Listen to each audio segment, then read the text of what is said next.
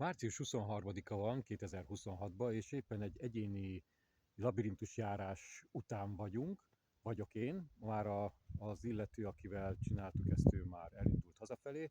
Itt vagyok fenn a Mátyás-hegyi labirintusnál, itt kint a természetben csinálom sokszor ezeket az egyéni folyamatokat. Magának a természeti térnek, közegnek, illetve ennek a különleges helynek az energiája is pluszba hoz sok-sok izgalmat, sok-sok erőt ahhoz, hogy egy ilyen egyéni folyamat igazán mély tudjon lenni. Általában egy ilyen egyéni labirintusjárás az másfél-két óra között mozog összességében a felvezető beszélgetéssel, magával a labirintusjárással és az utána levezető beszélgetéssel, hogy úgy mondjam, illetve még egy kicsit, még ott van még a elindulás előtt egy ráhangolás. Van, amikor a bentlét konkrétan, a labirintusba való lét akár másfél óra is lehet ebből, és van, amikor 20 perc. Nagyon változó attól függően, hogy az, aki járja a labirintust, ő bennem mik érkeznek, mi történik, milyen módon éli meg az egész folyamatot, és az egész témát, amit hozott, és abból mi minden mélység érkezik meg. És nem feltétlenül a idő hossza befolyásolja azt, hogy milyen mély lesz az egész folyamat. Egy 20 perces folyamat is tud igazán mély átéléseket és mély felismeréseket hozni, és egy másfél órás folyamat is lehet olyan, hogy a felszínt kapirgáljuk.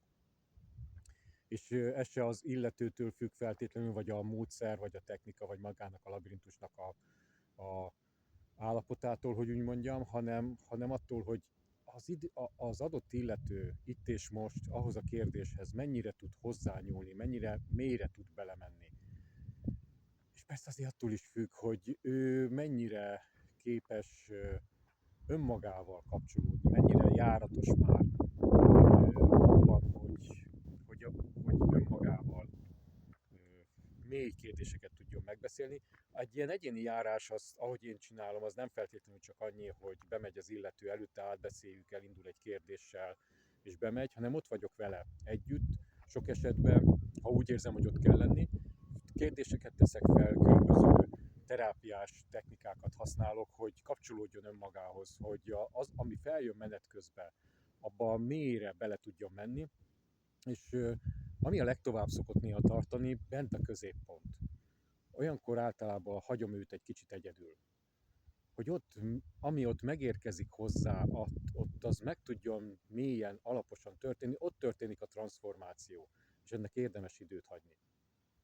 És utána kijön, átbeszéljük, hogy mi zajlott az egész folyamat alatt, mi az, ami az eszenciája a bent megélteknek, és így bocsájtom útra, és legtöbbször még tartozik hozzá egy utánkövetés is, egy-két hét múlva beszélgettünk akár telefonon, vagy legtöbbször telefon, néha Zoomon, hogy mi az, ami történt azóta, hogyan változott meg az élete, mit hozott benne a gondolkodásába, az érzés szokásaiban változást ez a folyamat.